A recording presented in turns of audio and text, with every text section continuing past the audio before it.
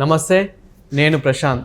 పుష్ప 2 తర్వాత మన అల్లు అర్జున్ గారు మళ్ళీ పెద్ద ప్రాజెక్ట్తో అయితే రాబోతున్నారు. సో ఇది అల్లు అర్జున్ గారి 22nd మూవీ. అదేవిధంగా దీనికి డైరెక్టర్ గారు అట్లీ. సో మరి వీళ్ళిద్దరి కాంబినేషన్లో మూవీ వస్తుంది అని అంటే ఇంకా రచ్చ అని చెప్పేసి సో ఇంకా ఫ్యాన్స్ అయితే ట్వీట్ల మీద ట్వీట్లు, సోషల్ మీడియాలో ఎంత హల్చల్ చేస్తున్నారంటే అంత హల్చల్ చేస్తున్నారు. మరి ఎలా ఉండబోతుంది అండ్ ఇంకా మిగతా డీటెయిల్స్ ఎలా ఉంటున్నాయి ఏంటి అనేది అయితే తెలుసుకుందాం. ప్రస్తుతం మనతో పాటు సీనియర్ జర్నలిస్ట్ దుర్గా వడ్లమణి గారు ఉన్నారు. నమస్తే అండి. నమస్తే మేడం. అల్లు అర్జున్ గారి పుష్ప 2 తర్వాత ఇప్పుడు మళ్ళీ పెద్ద ప్రాజెక్ట్తో అయితే రాబోతున్నట్లు తెలుస్తుంది. సో ఇందులో రోబోటిక్ అవన్నీ చూస్తూ ఉంటే చాలా పెద్ద ప్రాజెక్ట్ అనిపిస్తుంది.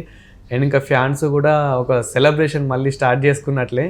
సో ఎలా అనిపిస్తుంది మేడం, ఇది అసలు ఎలా ఉండబోతుంది మూవీ?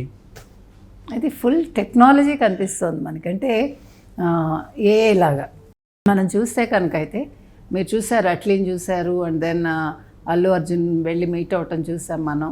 అంటే ఒక సైన్ చేయడానికి వెళ్ళారా సన్ నెట్వర్క్స్ది. ఇది సన్ నెట్వర్క్ అంటే మనం చాలా భారీగా మనం అంచనాలతోటి మనం ముందుకు వెళ్ళచ్చు. ఒకటి.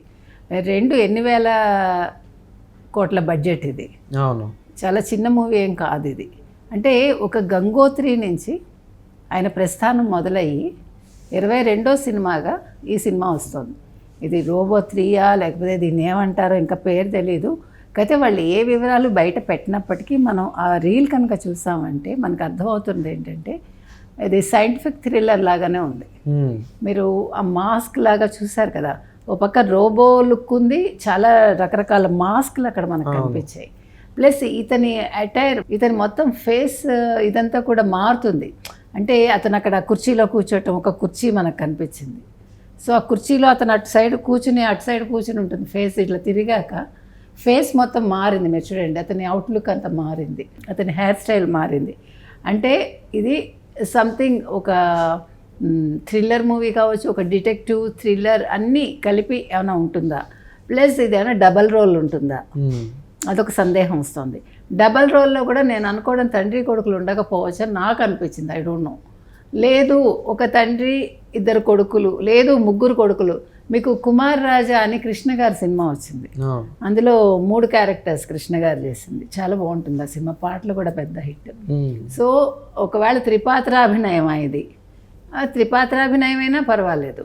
ఇంకొకటి మీకు అక్కడంతా కూడా మొత్తం ఫుల్ టెక్నాలజీ కనిపిస్తుంది. ఎలివేషన్ చాలా బాగుంది. అవన్నీ చూసుకున్నా కానీ చాలా, అంటే ఇప్పుడున్న టెక్నాలజీని ఎంత యూజ్ చేసుకోవాలో అట్లీ అంత యూజ్ చేసినట్లు మనకి ఇందులోనే కనిపిస్తుంది. అంటే ఇంకా మీకు ఇది అల్టిమేట్ మూవీ లాగా నాకైతే అనిపించింది. బికాజ్ ఇంతవరకు వచ్చిన అంటే టెక్నాలజీ యూజ్ చేసి మనం బాహుబలి చూసాము, RRR చూసాము, ఇవన్నీ చూసాము. కానీ వీటన్నింటికి మించి ఇది కనిపిస్తుంది మనకి. అందులో అతిశయోక్తి ఏం లేదు మనకి. నేను మొన్నను లవకుశ సినిమా చూశానండి. అంటే మనం అనుకుంటున్నాం ఇవన్నీ చాలా గొప్ప సినిమాలు ఇప్పుడు వచ్చేవన్నీ అని. అందులో ఆ యుద్ధ సీన్లో అసలు ఆ బాణాలంతా కూడా ఒకటి పులిలాగా, ఒకటి వర్షం వస్తుంది, ఒకటి అగ్ని వస్తుంది. అవి ఎట్లా టెక్నాలజీ అంటే ఇవేవి లేని టైంలో వాళ్ళు చేశారు. సో ఇప్పుడు ఈ సినిమాలు వచ్చాక ఇప్పుడు లేటెస్ట్ మీరు రోబో చూశారు, రోబో 1 చూసాం, రోబో 2 చూసాం మనం. వీటన్నిటినీ మించి అంటే ఇంకా అల్టిమేట్ మూవీ అంటే ఒక మనకి ఏమనాలి, ఒక హాలీవుడ్ మూవీని మించి కనిపిస్తుంది నాకైతే.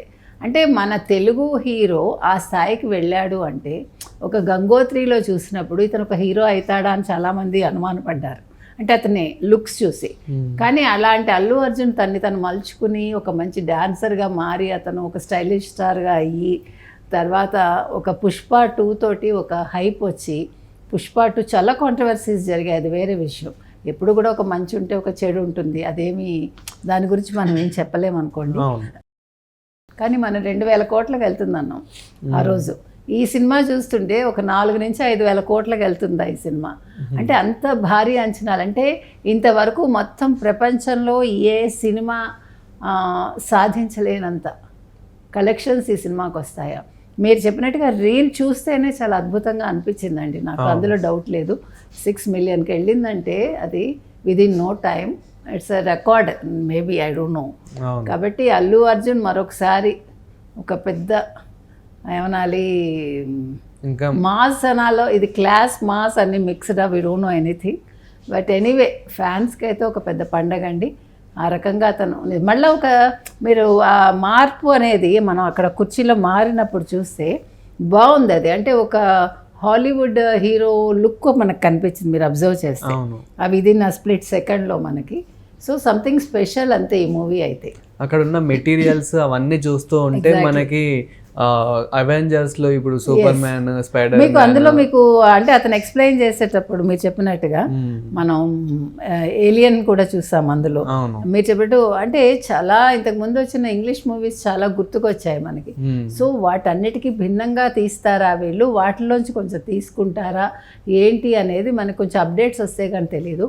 ఎనీవే సన్ నెట్వర్క్స్ చాలా పెద్ద సంస్థ, అది కూడా మరి వాళ్ళు ఏ రకంగా పేమెంట్ చేస్తారు. ఇంక 300 కోట్లు అంటున్నారు, మరి ఈ సినిమాకి 300 కోట్ల, ఇంతకు ముందు సినిమాకి 300 కోట్ల, ఈ సినిమాకి ఇంకా ఎక్కువ రెమ్యూనరేషన్ ఉంటుందా, ఫుల్ వైట్ ఇస్తారా, ఏ రకంగా ఇస్తారు, చాలా ప్రశ్నలు చాలా మందిలో ఉత్పన్నం అవుతున్నాయి.